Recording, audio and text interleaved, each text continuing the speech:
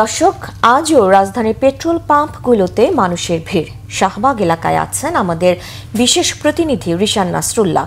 সরাসরি কথা বলবো তার সাথে। রিশান, পেট্রোল পাম্পগুলোতে জ্বালানি তেল নিতে আসা গ্রাহকদের ভিড় কেমন? সবশেষ তথ্য জানান।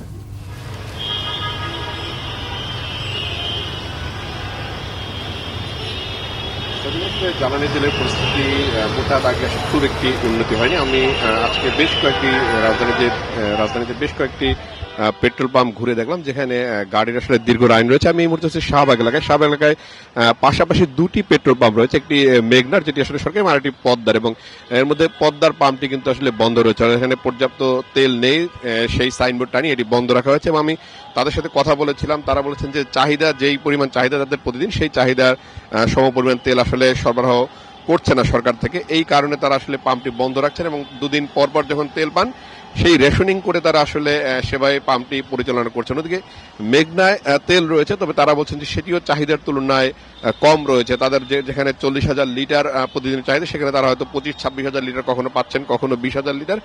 সেটি দিয়েই তারা আবার সেই প্রক্রিয়াতে আসলে গ্রাহকদের মধ্যে রেশনিং করে তারা সেই তেলটি বিতরণ করছেন। এই মুহূর্তে আসলে এই এলাকায় যে আমরা দেখলাম যে লাইনটি রয়েছে মোটরসাইকেল এবং প্রাইভেট কার, পাবলিক যে গাড়িগুলো রয়েছে সেগুলোর যে দীর্ঘ লাইন, সেটি দেখা গেছে একটি লাইন, এখানে দুটি লাইনের মাধ্যমে গাড়ি দেওয়া হচ্ছে। একটি লাইন কিন্তু শাহবাগ ছাড়িয়ে আজিজ সুপার মার্কেট পর্যন্ত চলে গেছে, অন্যটি পরিবাগ হয়ে একদম মোতালেব প্লাজা পর্যন্ত চলে গেছে। দীর্ঘ একটি লাইন রয়েছে।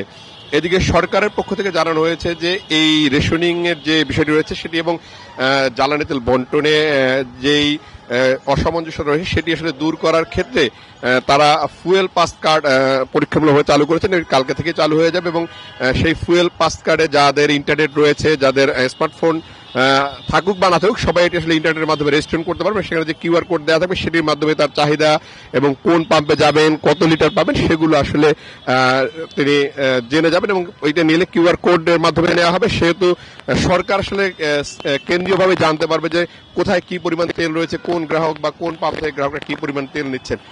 তাতে তারা মনে করছেন যে এই তেল বিতরণের বিশৃঙ্খলা অনেকটাই দূর হবে। ধন্যবাদ রিশান।